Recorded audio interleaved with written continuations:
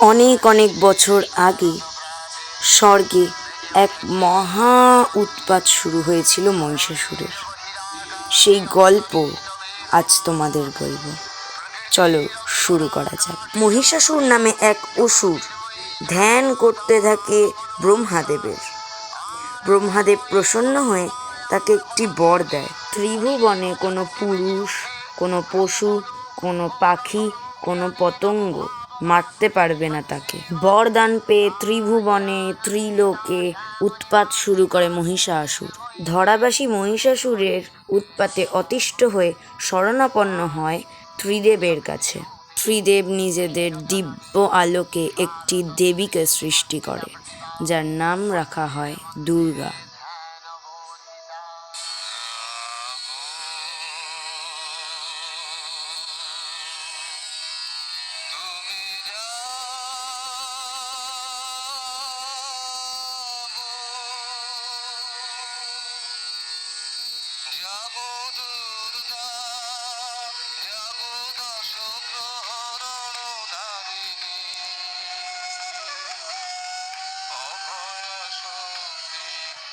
দেবীকে নানা নানা জিনিস দিতে থাকলেন দেবতারা।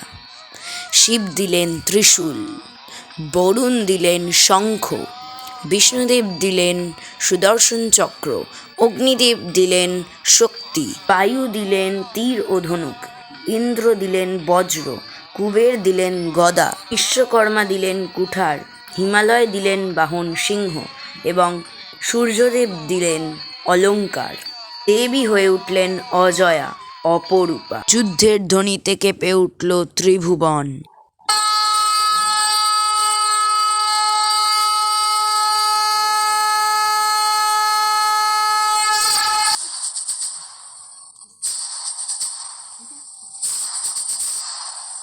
কি ভীষণ যুদ্ধ! তরোয়ালে তরোয়ালে মারপিট। দেবী দুর্গা ছেড়ে দিল সুদর্শন চক্র, তাতেও কাজ হলো না। ছাড়ল তীর, ধনুক, সাপ, কত কি, গদা। ভীষণ যুদ্ধ। যুদ্ধের কারণে আকাশ হয়ে উঠল কমলা, মাটি হয়ে গেল রক্তে ভরাভরি। স্বর্গ, মর্ত্য, পাতাল কাঁপতে লাগলো।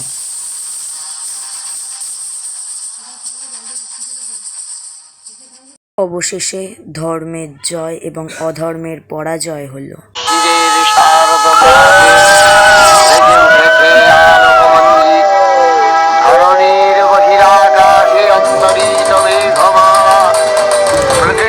অন্তরাকাশে জাগরিত জ্যোতির্ময়ী জগন্মাতার আগমন বার্তা, আনন্দময়ী মহামায়ার পদধ্বনি অসীম ছন্দে বেজে উঠে রূপলোক ও রসলোকে আনে নবভাব মাধুরীর সঞ্জীবন। তাই আনন্দিতা শ্যামলী মাতৃকার চিন্ময়ীকে মৃন্ময়ীতে আবাহন।